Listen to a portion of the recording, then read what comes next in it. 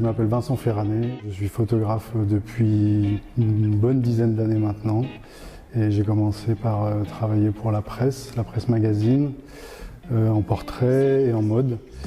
Et petit à petit, j'ai travaillé sur des sujets plus personnels et depuis quelques années, je fais des séries de photographies que j'édite sous forme de livres.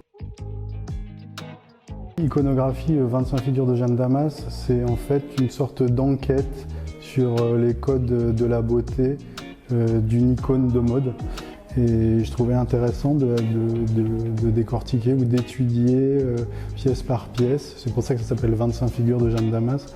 Ce titre iconographie, parce qu'il y a à la fois une acception dans le terme qui serait la collection d'images, donc un rassemblement d'images, mais aussi l'iconographie comme une construction de l'icône, d'une icône par l'image. Je suis parti de cette idée que la beauté est structurée par une idée de règles, de codes, et j'ai demandé à Jeanne Damas, qui me paraissait être une bonne représentante de cet idéal de beauté, de rejouer pour moi sur un fond neutre les gestes emblématiques de sa personnalité, en tout cas de celle qu'elle montre sur les réseaux sociaux.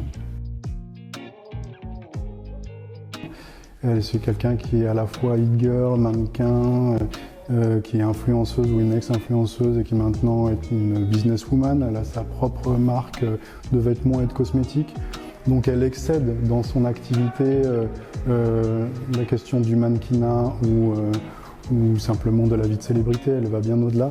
Et c'est en ça que je trouvais que son image était assez intéressante à décortiquer. Et donc je suis venu à elle avec une sélection d'images extraites vraiment de sa propre production. C'est qu'elle est le propre sujet de son travail, parce qu'en fait elle s'expose elle-même, elle fait des photos d'elle-même. Et c'est ces photos-là, à travers ces photos-là, qu'elle a aujourd'hui plusieurs millions de fans, par exemple sur Instagram. Dans cette série, ce que j'ai essayé de faire, c'est de me mettre dans la peau d'un fan, ou plutôt d'une fan de Jeanne Damas, qui chercherait à collectionner tout ce qu'elle peut ou tout ce qu'il peut de son idole.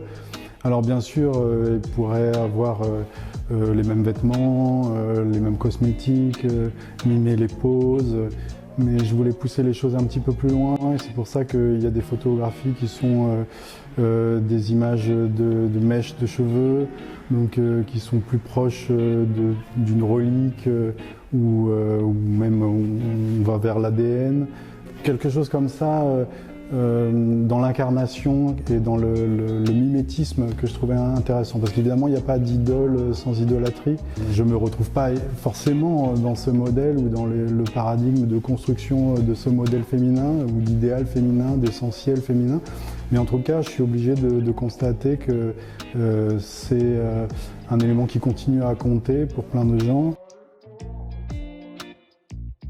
Et j'avais un petit peu à l'idée évidemment certains grands photographes qui ont fait des séries comme ça en close-up, comme Irving Penn pour des mégots de cigarettes, ou Walker Evans dans les années 50 dans sa série The Beauties of the Common Tool, où il a photographié des marteaux, des scies, etc. Et donc je suis parti de ces images en essayant de retrouver, pour certaines qui me paraissaient emblématiques, assez fortes, ce qui pouvait être dans l'histoire de l'art, des représentations de la femme. C'est-à-dire que dans les poses qu'elle prenait, moi j'ai essayé de chercher aussi des parallèles avec l'histoire de l'art, alors qui pourrait être une histoire de l'art profane, mais aussi de l'art religieux. Donc, je me suis souvenu d'un traité, le Canon, du sculpteur Polyclète, donc ça remonte au 5e siècle avant Jésus-Christ.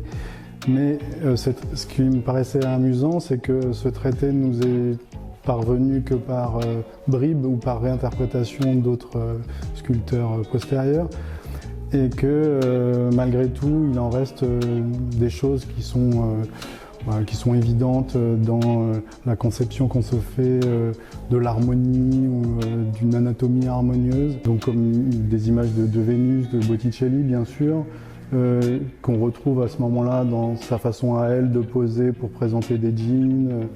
Donc il y a ce mélange à la fois de femme fatale, de hit girl. En fait, le concept de hit girl, il provient du cinéma hollywoodien des années 30, Donc c'est pas si nouveau que ça, et même si d'autres stars l'ont popularisé en sex symbole dans les années 70, Brigitte Bardot et Jane Birkin par exemple, ou Marilyn Monroe avant elle bien sûr.